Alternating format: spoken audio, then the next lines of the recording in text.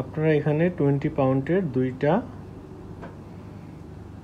Note দেখতে পাচ্ছেন, বা দুইটা নোটের মধ্যে একটি হলো অরিজিনাল নোট আর একটি ফেক নোট।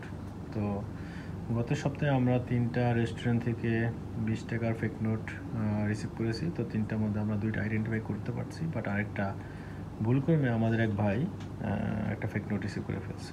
তো এই জন্য আমি একটু 2টা নোট, যেহেতু আমি এখানে নতুন, আসলে আমারও খুব একটা আইডিয়া ছিল না, আর যেহেতু আমি বাংলাদেশে থাকাকালীন অবস্থায় ব্যাংকে কাজ করেছি, তো আমার কিছুটা অভিজ্ঞতা আছে।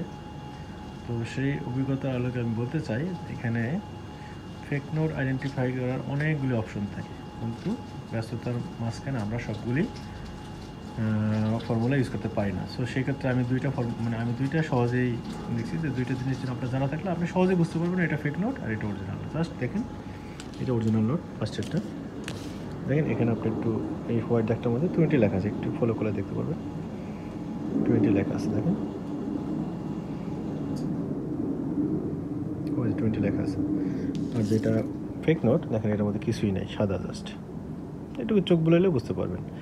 তো সেটা আমি যখন নেই, আমি আসলে এটাও দেখি না, আমি জাস্ট এখানে জাস্ট এখানে মাথা ধরি, এখানে জাস্ট কালার কিছু একটা অনুভব করবেন। আর ফেক নোট জাস্ট একটা নোট, এটা কাগজ, এটা নোট না।